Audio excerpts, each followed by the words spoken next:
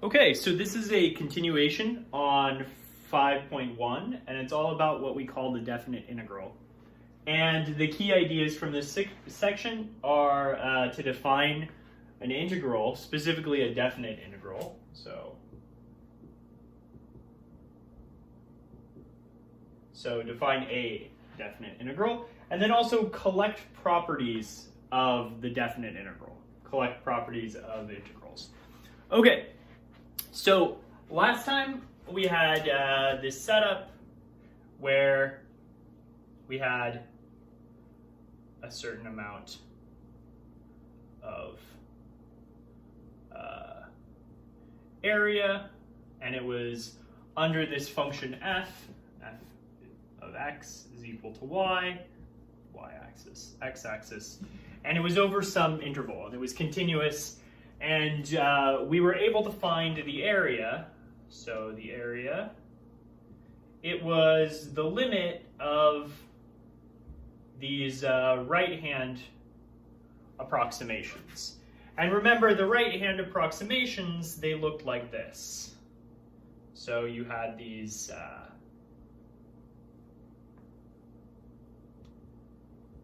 rectangles that you summed up. They all had a certain height and a certain width, and we had n of them, and the n represented a subdivision. So if we think of the interval from a to b being subdivided, remember that just means that it's being divided into equally spaced pieces. Here we had x0, here we had x1, here we had x2, and this kept going, and b was always your xn, and the one before it is just xn minus 1. So you have these points, and they all have the same width, delta x, so they're all kind of the same width, delta x. And the heights are just figured out by plugging that value into the function, and it gives you the height there. Now, we also saw, I mentioned at the end, that this isn't the only approximation that you can have. We can also still have this same subdivision, so subdivide it into equal pieces. I'll just break it up into 8. Here you have A, here you have B, and what you can do is, instead of taking the endpoints of the subdivisions, instead of taking the x0, x1, x2, so on, and using those, you can just pick one point somewhere in between each subinterval. Here would be kind of the general one, xi star, and keep going, and you just pick one point, and we use this star notation to indicate that we've just kind of picked a general one. And you can still get an approximation for the area, so the area will approximately be, what you do is they all have the same width, and the heights are just determined by these values here. 10. And this is just some approximation. It's not the right endpoint approximation because we're not choosing the right endpoints. But it's just some approximation, and it turns out that if I take the limit as n goes to infinity of this piece here, as long as I'm sticking with the rule that I'm somehow choosing these x stars in those respective, pieces, then this will always be the same as that right endpoint approximation taking the limit, which is also equal to the left endpoint approximation. And you can kind of envision that these are somehow squished between the right and left, at least when you're either increasing or decreasing. All the other ones are kind of squished in between there somehow. But you don't need to worry about that, because what we're going to do is we are going to say that, let me find my eraser. So we are going to say, suppose f is a function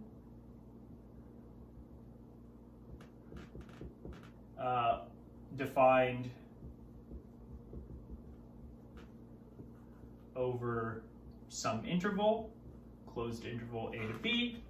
Then what we're going to do is we are going to define this integral from a to b of f of x dx as equal to not just the sum, but the limit as n goes to infinity of this sum, I equals 1 to n f of x sub I star delta x, provided this exists, this limit exists.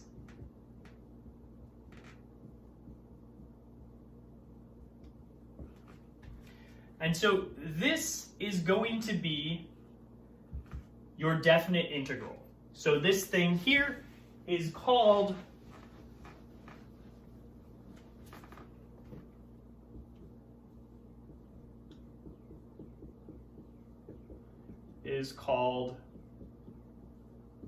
the definite integral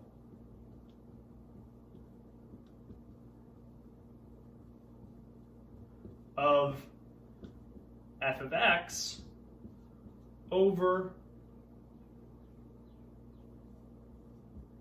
the interval a to b. So a couple things about a definite integral is it includes all this information. So you have to write this whole thing down. You have these limits. The limits are your interval goes from a to b, and you have your function inside there, your f of x, and then you use this dx there. Now, right now, we're going to treat the dx as just a notational thing.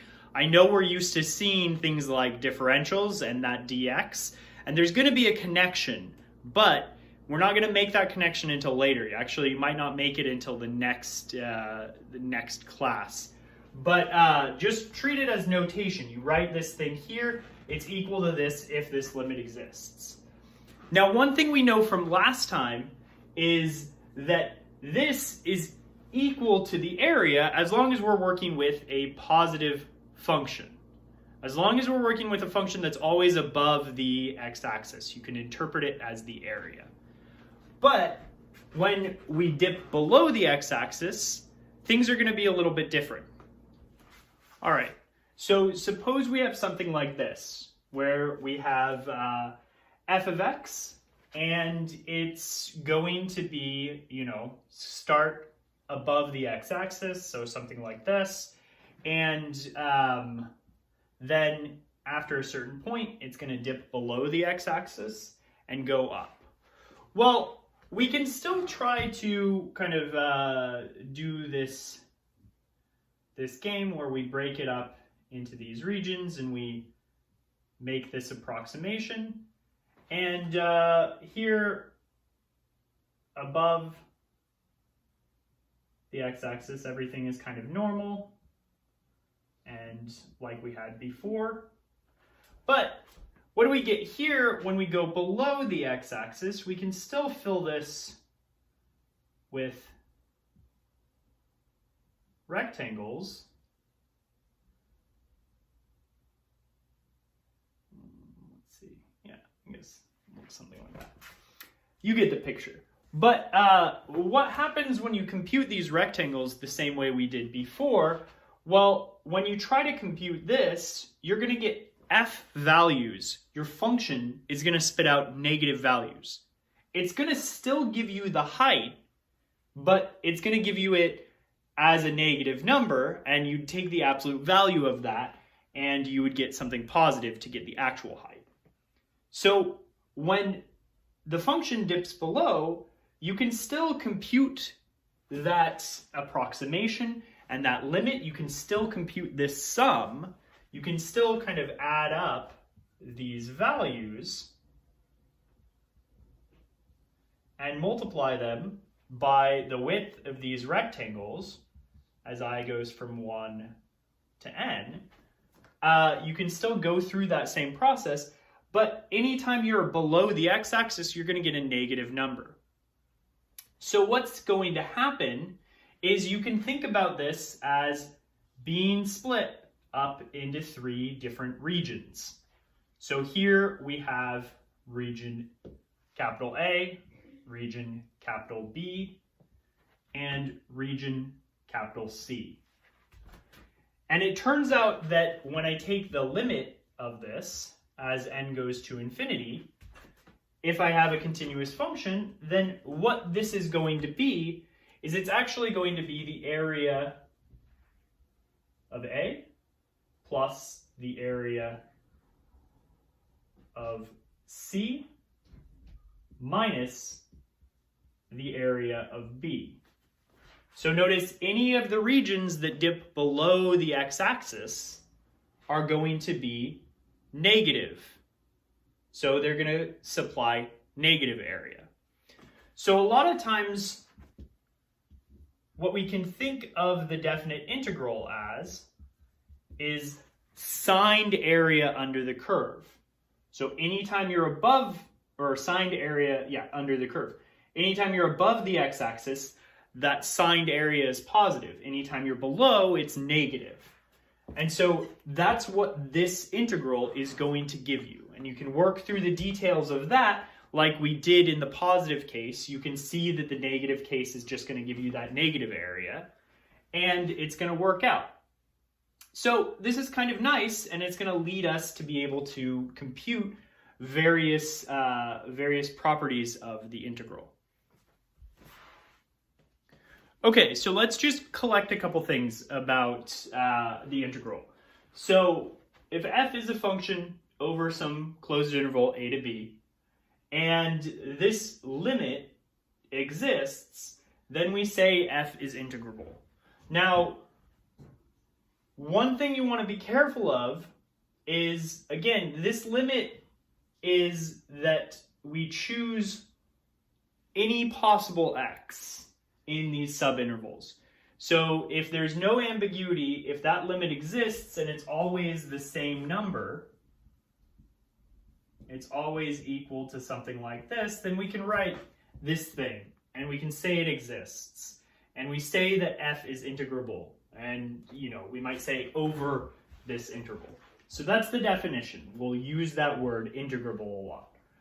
So here's a couple theorems. The first one is if f is integrable over ab, well, that means that any possible version of choosing these xi gives you the same value, so we might as well just choose the right endpoints. And what it's saying is if it's integrable, then this number is just equal to this. So you can use the right endpoints. If we know it's integrable, you have that, and it's just equal to that. Where delta x is, again, we computed this last time, it's just b minus a divided by n. That's how you find the widths of those rectangles. And these x sub i's are just your first point, a, on your interval, plus I times delta x. So again, those are going to give you your right endpoints. Another theorem we have, something we proved in the previous video, is if f is continuous over the interval a to b, then f is going to be integrable. We didn't go through every case, we didn't go through the negative case, but we kind of talked about that positive case. This limit is always going to exist in the case of continuous functions. Now, sometimes this limit can exist outside of the case of continuous functions. If there's only a couple jump discontinuities, it's fine.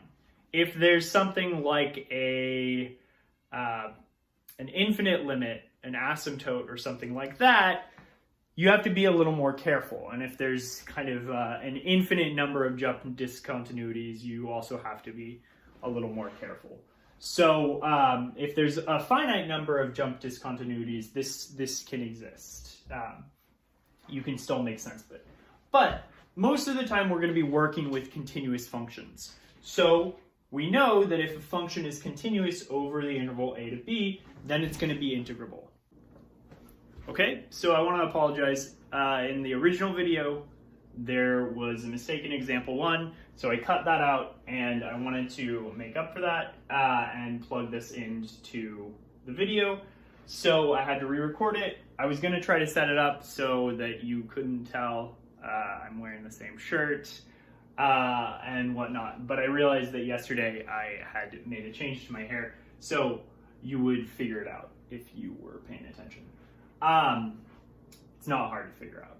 Anyway, so the whole idea of this example is we have this sum, we have this sum of things, and we're taking a limit of it as n is going to infinity, and we want to write it as an integral over 0 to 2.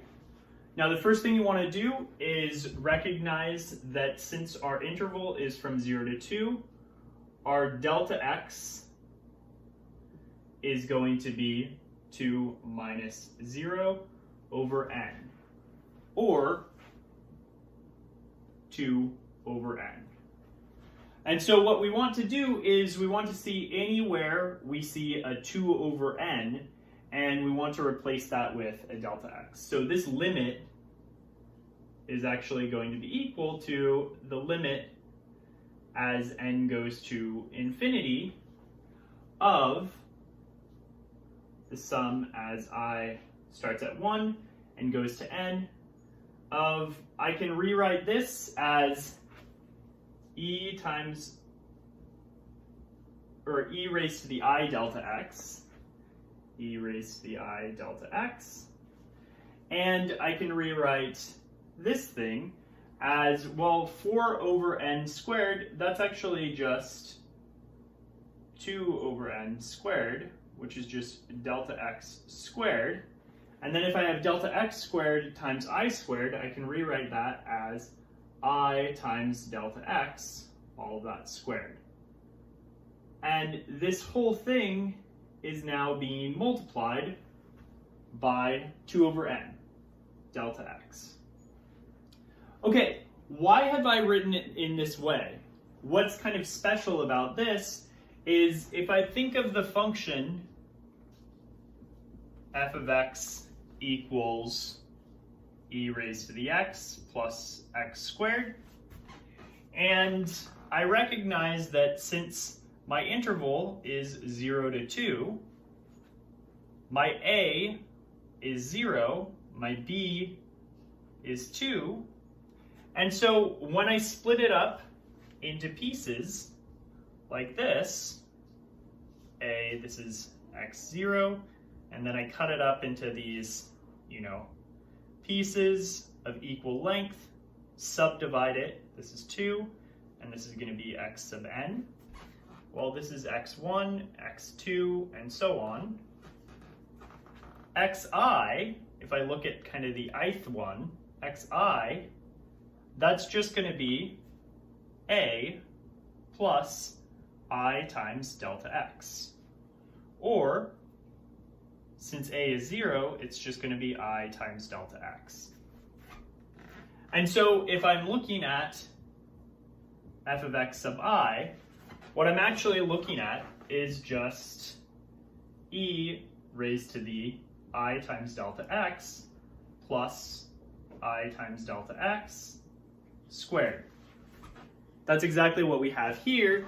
So this thing just becomes the limit as n goes to infinity of this summation starting from 1 to n of f of x sub I delta x. And this thing is just the right endpoint approximation of this function. So you have some Rn, and we saw that if a function is continuous, then its integral is going to be equal to its right endpoint approximation taken to a limit.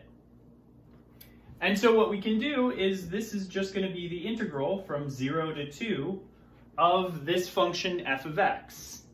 Well, it's just e raised to the x plus x squared. And then we have to write it in correct notation. This is going to be times dx, or with respect to x.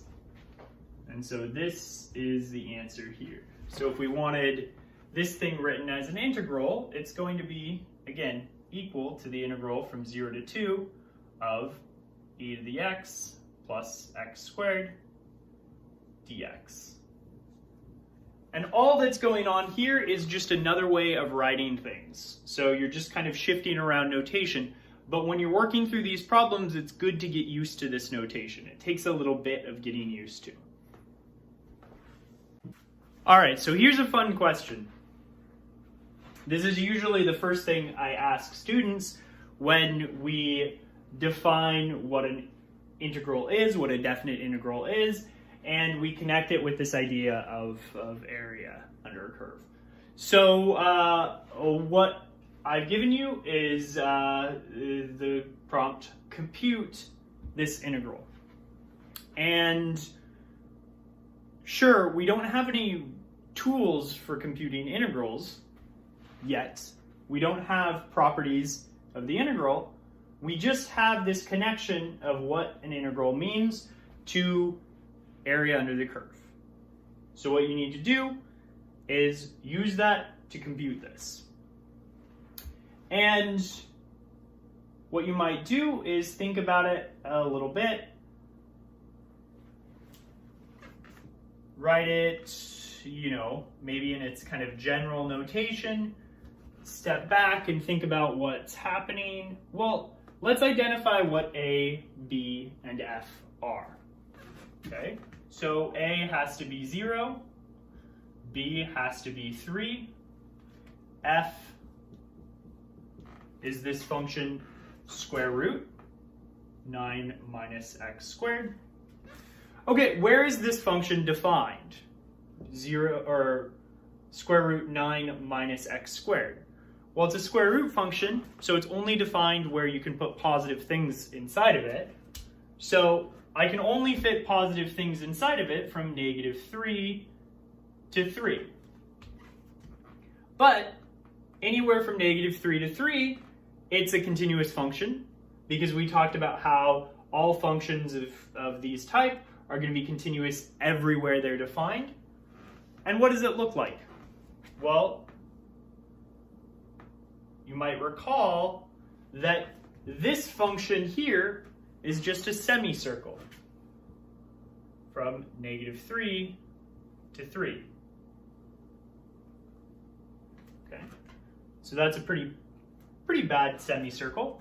But what am I talking about? Well, I only actually care from 0 to 3. So I only actually care about this. And so the area of this quarter of a circle, that's going to be equal to, again, the limit as n goes to infinity of this Rn, right endpoint approximation. But we saw that this thing is actually just the integral from 0 to 3 of f of x, which is square root 9 minus x squared dx. All right, well, I know what the area of a circle is. The area of a circle is going to be pi r squared, but I only want 1/4 of that circle, so it's just going to be 1/4 of that. So this thing is going to be 9 pi over 4. All right, so what you're able to do now is you're able to recognize integrals, look at what the functions are, think about them as area under the curve or signed area under the curve, because sometimes you can actually compute the areas above the curve if they're things that you know, and areas below the curve. Now, what's kind of unsatisfying about this example is you already know how to compute areas of circles. This isn't giving you anything new. It's just giving you a confusing way of asking the question, what is the area of a circle? Or what's the area of a quarter of a circle? It's just kind of written that same question in weird notation. So you might be thinking, what's the benefit of all of this? Well, we're going to be able to expand our horizons to many, many, many, many, many more areas in a second. But this is just kind of a check to see, can you connect this to area under the curve, and can you interpret this symbol here as exactly what that means. So again, hopefully these things are starting to solidify. I know it gets a little abstract, but we're going to connect it to the broader calculus picture in the next couple sections too. But when I come back, we're going to talk about some properties of the integral. Okay, so right now we're going to talk about some properties of the definite integral. And the first two are kind of like these, they're not really properties, they're just things that we define that kind of make things nice. So this symbol here, when you have a to b, we usually read this as a is before b. So you're talking about a closed interval from a to b, and you have f of x dx. And then we, again, like I said, usually think of it as a is smaller than b. But we can also kind of make sense of, well, what if we flip the values? Well, if a is smaller than b and we flip them, then the one on the bottom is going to be the larger one. And what we're going to do is we're just going to define this as negative whatever that is. So if you flip the limits, flip the a and b, you're going to get negative that value. And when you're computing these limits, when you're writing them kind of algebraically, this is going to be what pops out. So it works out. And similarly, if you're taking the integral from a to a of f of x dx, well, that's going to be 0. I mean, if we're thinking about this in terms of area, if there's no interval that you're computing an area over, you're just going to have kind of this thin line of your function above that one point. So if your interval is just a single point, then there's not going to be any area. There's no kind of width to it. So you're going to get 0. So we define that as 0. And again, that just works out by computing your delta x. It's going to be a minus a, and you're going to get 0. So don't worry too much about these. These just kind of work out. The first one that we'll talk about, the first property of the integral, is let's say you have a to b, and you just have a constant value there. Well, what does this look like if the constant value is positive? So C here, and we're just talking about a to b. Well, all we're doing is we're just talking about a rectangle. And so if we want to interpret this as area of a rectangle, then it better be the height of the rectangle times the width of the rectangle. Well, what is the height of the rectangle? The height of the rectangle is c. What is the width of the rectangle? B minus a. And if you wanted to go through that limit definition, that's perfectly fine. You're going to get that. So we already know how to compute a bunch of integrals as long as they're constant values. They're just going to be that constant times the length of that interval. All right, well, the second one is kind of a broader constant rule. If you have a constant times a function,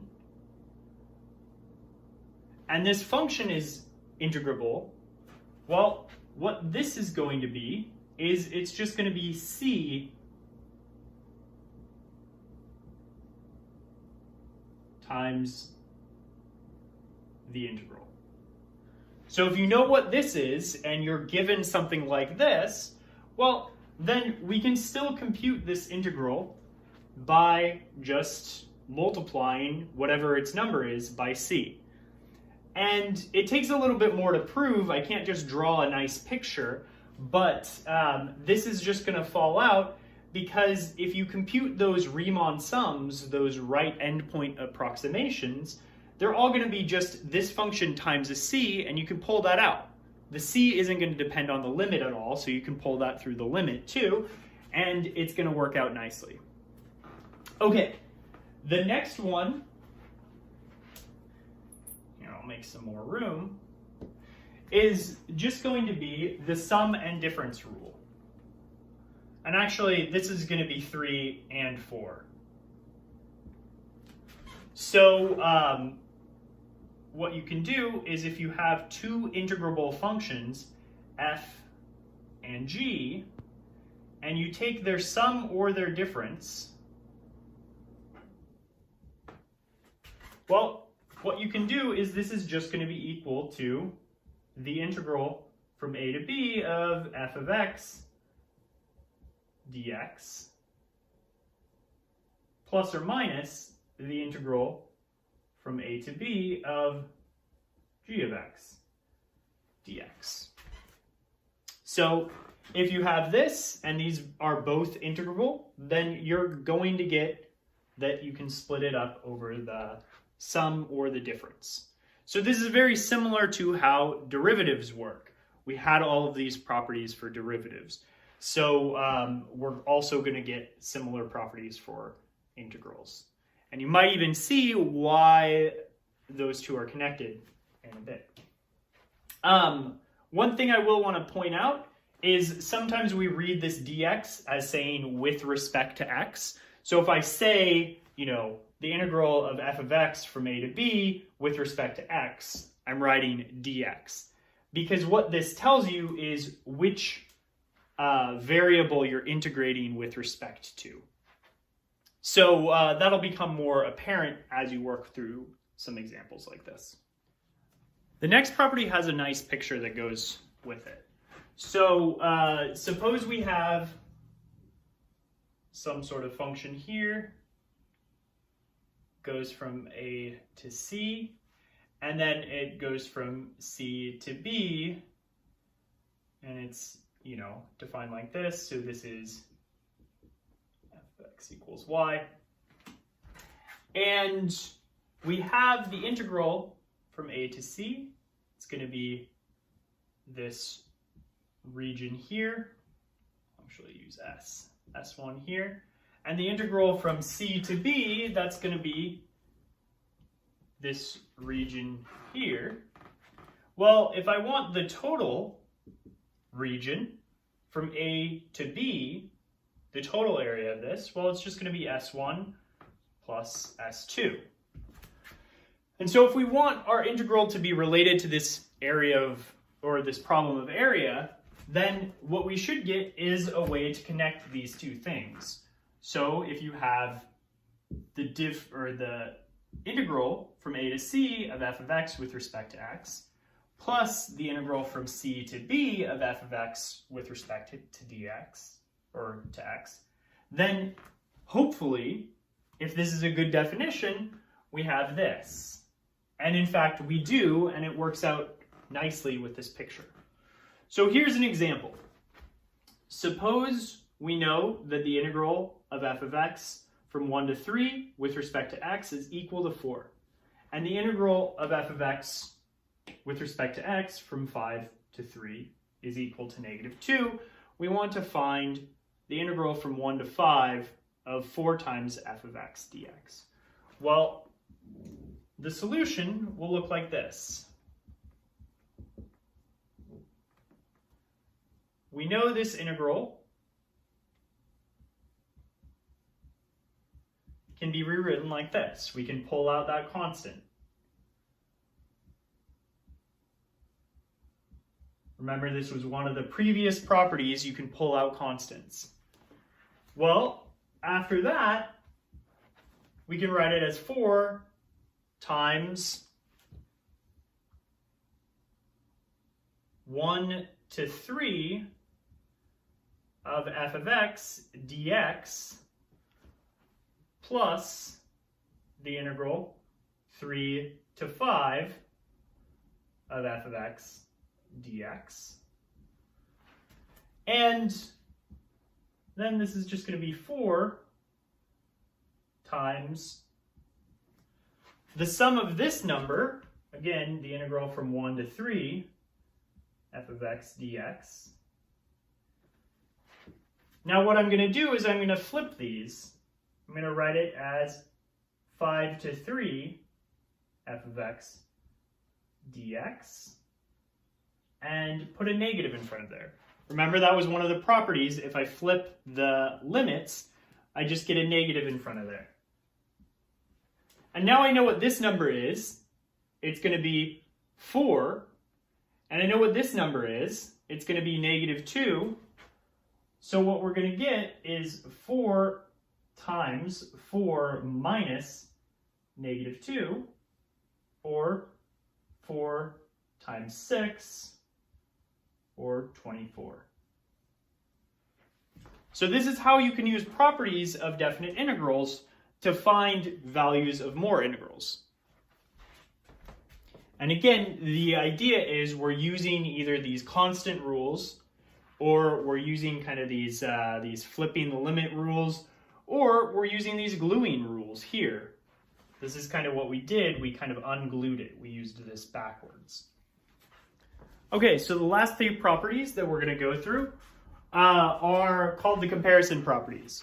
So the first one is that if your function f of x is always greater than or equal to 0 over this interval, then the integral is going to be greater than or equal to 0. So this matches up with this idea of area.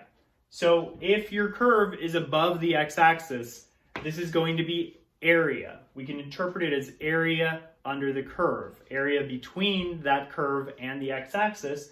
So it's always going to be positive. Area should be positive.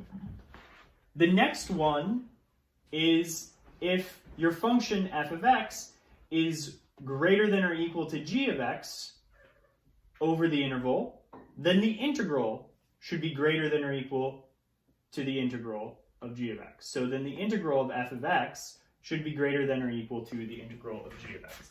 And again, you can just think of this as area under the curves. If you have f of x here, and you have that it's always greater than or equal to some g of x. So g of x is maybe something that looks like this. Then if we look at the area under g of x, so this is g and this is f,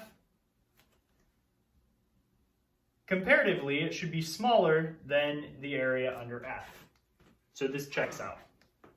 So it fits with your intuition. That's what you should be working with here, is that it fits with the intuition. This isn't a proof. I mean, it kind of is. It's a proof by pictures. Sometimes there are proof by pictures, but you have to argue that your pictures are precise enough. But what you should take away from this is it really does match up with the intuition. The next one is the last one, and it's actually just a special case of this. If you have a function f of x and it's always smaller than some number m, then what we know is we know that m times b minus a is going to be greater than or equal to your integral. And so again, the picture you should have is just something like this. Maybe this is f.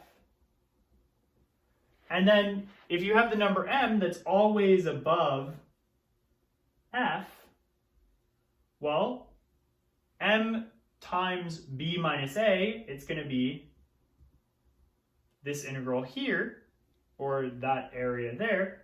And then for the integral of f, so say this is f, you're going to have that it is smaller than that area.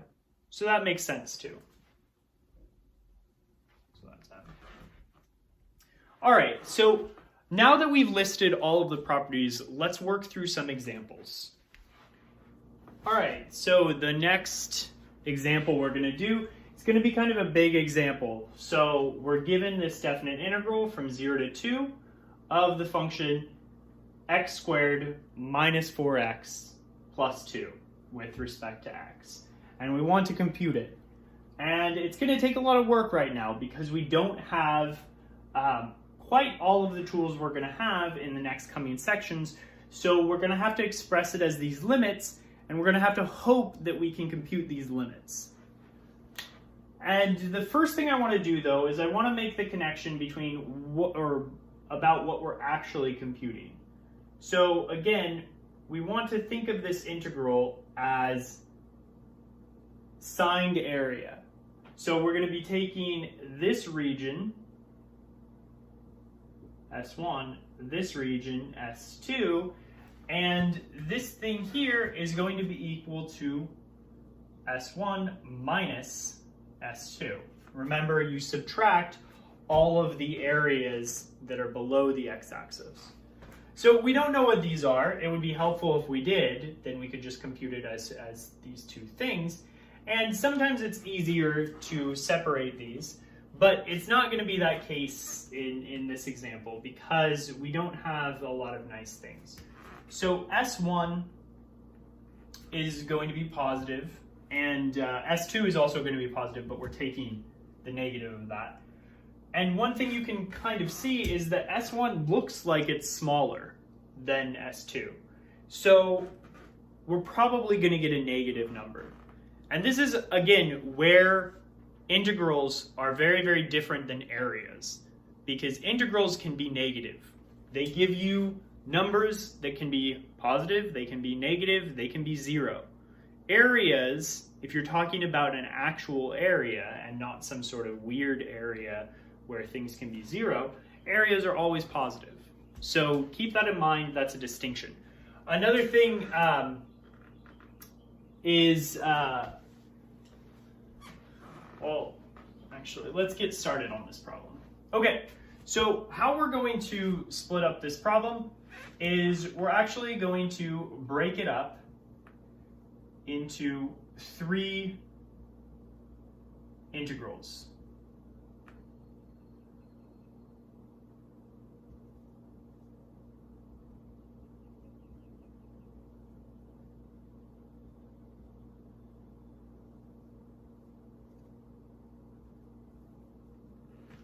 And I'll write these all separately. So here we have this one. We have 2 dx from 0 to 2, and that's going to be our first integral. And then over here, we can also figure out the integral from, I'll just talk about the negative of that, 0 to 2, 4x dx. And the next integral we're going to take is 0 to 2 x squared dx. And if we can know each of these pieces, then we can add them all up. Well, the first one is actually easy because we know how to do integrals of constants. This is just going to be the constant times 2 minus 0. So this is just going to be equal to 4. That's perfectly fine. This one, well, we can start out by pulling out the 4.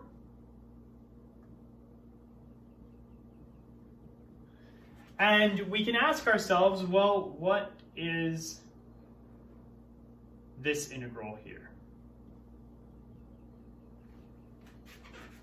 Well, we have that equivalent definition of limits. So we can think about this as the limit as n goes to infinity of the summation as I starts at 1 and goes to n of f of x sub I delta x, where f of x is just this function x. It's just you plug in an x, you spits out an x. Delta x, well, how do we figure out that? We have to know our interval. it's going to be b minus a is 0, over n. And how do we figure out these x sub i's? Well, x sub I is just going to be a 0 plus I times delta x. And so what we have to figure out now is delta x is 2 over n.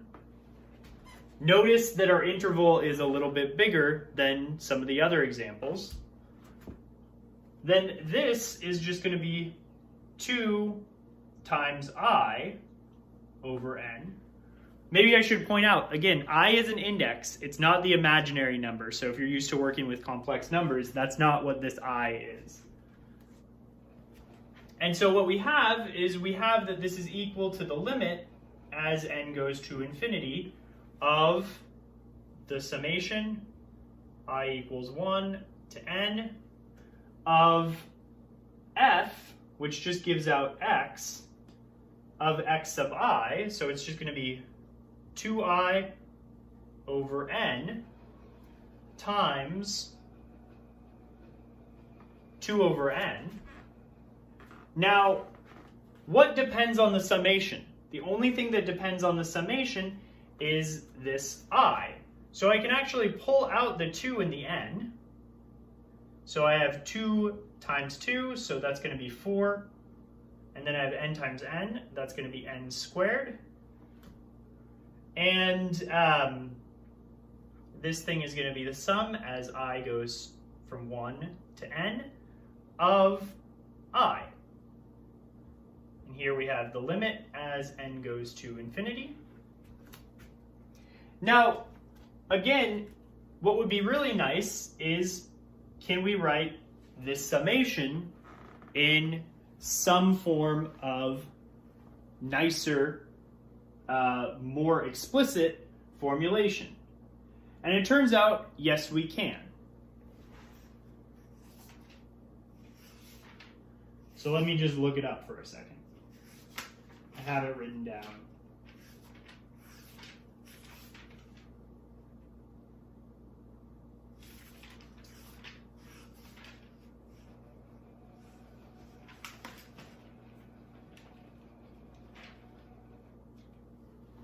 Yeah. So I'll write it down over here and erase it. If you have the sum from I equals 1 to n, if you sum up all of those numbers, you can actually write it explicitly as n times n plus 1 over 2.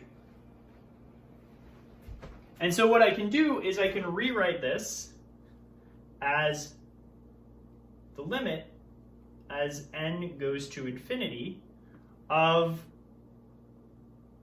4 over n squared times n plus 1 over 2.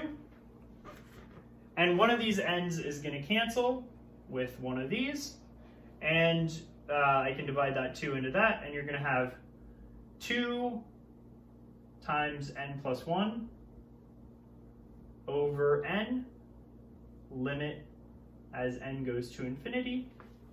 And what this is going to give you is this will give you 2. So you can figure out that that limit is 2. So what we're going to get is this thing here inside is 4 times 2. And so you'll get A. All right. So now we come to the next one. And we have to do the same thing where we have to kind of work through that limit. So I'm going to, again, make some space. So this, we don't have to pull out any constants. We just need to rewrite it as the limit as n goes to infinity of the summation, starting with I from 1 to n, of f of x sub I times delta x. Well, what is our f of x in this case? Our f of x is x squared. what is our delta x? Our delta x is 2 minus 0 over n, same interval. And then what are our x sub i's? Our x sub i's, again, are a, 0, plus I, delta x. And you're going to get the same thing for delta n, or delta x, 2 over n, and the same thing for x sub I. You're going to get 2 times I over n. And then when you plug that into your function, you're going to get, well, it squares everything. So you're going to get 4 times I squared over n squared. Again, I is not negative square root 1, so I squared is not negative 1. Don't think of that in this case. Okay, so what we're going to do is we're going to plug that back in. We're going to take the limit as n goes to infinity of this stuff here. So we're going to have 4i squared over n squared times 8 over n. Sorry, not 8 over n. 2 over n. I was getting ahead of myself. I'm going to pull out an 8, pull out an n cubed. Because again, those don't depend on the summation. The only variable that's changing in the summation is the I. Even though we have an n here, that's just telling you your stopping point. The n doesn't depend on that, but I can't pull it through the limit. And then what I have here, what I have left, is just going to be I squared.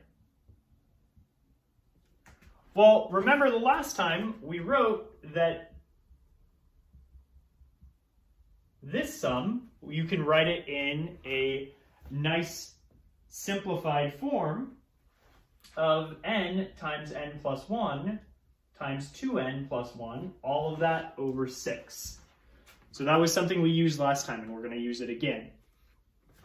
So this becomes the limit, as n goes to infinity, of 8 over n cubed times n plus 1, 2n plus 1 over 6. And you can work things out. That's going to cancel with one of those. You can simplify this to 4 over 3. And what you're going to come up with is 4 times, this thing becomes 2n squared plus 3n plus 1 over 3, limit as n goes to infinity. If I bring that 4 inside, this becomes 8, this becomes 12, this becomes 4. And if I take this limit, sorry, n squared. If I take this limit, this is going to be 8 over 3. And so what we're going to get is this thing here is equal to 8 over 3.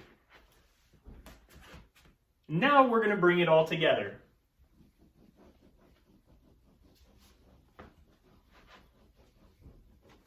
Again, remember, this thing here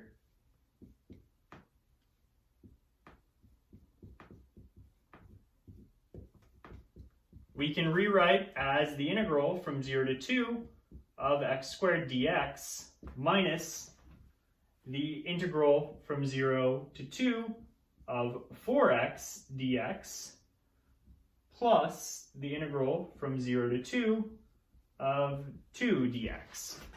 And now each of these, we know what their numbers are. This one is going to be 8 over 3. This one is going to be 8, and this one is going to be 4. And if you work that out, well, these combine to give you 8 over 3 minus 4. So you can combine these. And then that's going to be 8 over 3 minus 12 over 3, or negative 4/3. Okay, so a couple things you should be convinced of. The integral can sometimes be negative. All right, you've seen that. Integrals are a pain in the ass if you don't have more rules. And we're going to learn more ways to compute these things in a little bit. So if you were frightened of all of this, you should be, because that's what a good mathematician should kind of think, is like, oh, this sucks, let's find a better way. And we're going to find a better way. Now, I want to give a little bit of a caveat there. Integrals are harder than taking derivatives. So this is kind of matching what we did with derivatives, where we had to compute them in terms of these limits, and then we came up with these rules, and then we could take derivatives of every function we could, want. That's not going to be the case for integrals. There are going to be some integrals that we're never going to find nice answers for. But if you couple it with this idea of area under the curve, you can usually get good approximations for these things. So keep that in mind. Integration is harder than differentiation. It just is. All of the techniques you're going to be learning are going to be based on kind of what works, rather than always having a straight up, recipe for them. So integration isn't really an algorithm. Anyway, so again, integration is hard if you don't have more rules. We're going to learn more rules in the coming sections. We're going to connect it to differentiation. But you'll be integrating some basic things there. Okay, so one last thing you might want before you get started on these homework problems is me to write down these formulas. So I don't think you'll need anything past the third.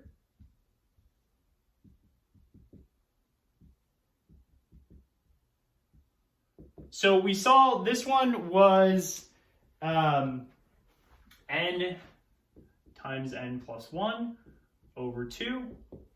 This one was n times n plus 1 times 2n plus 1 over 6.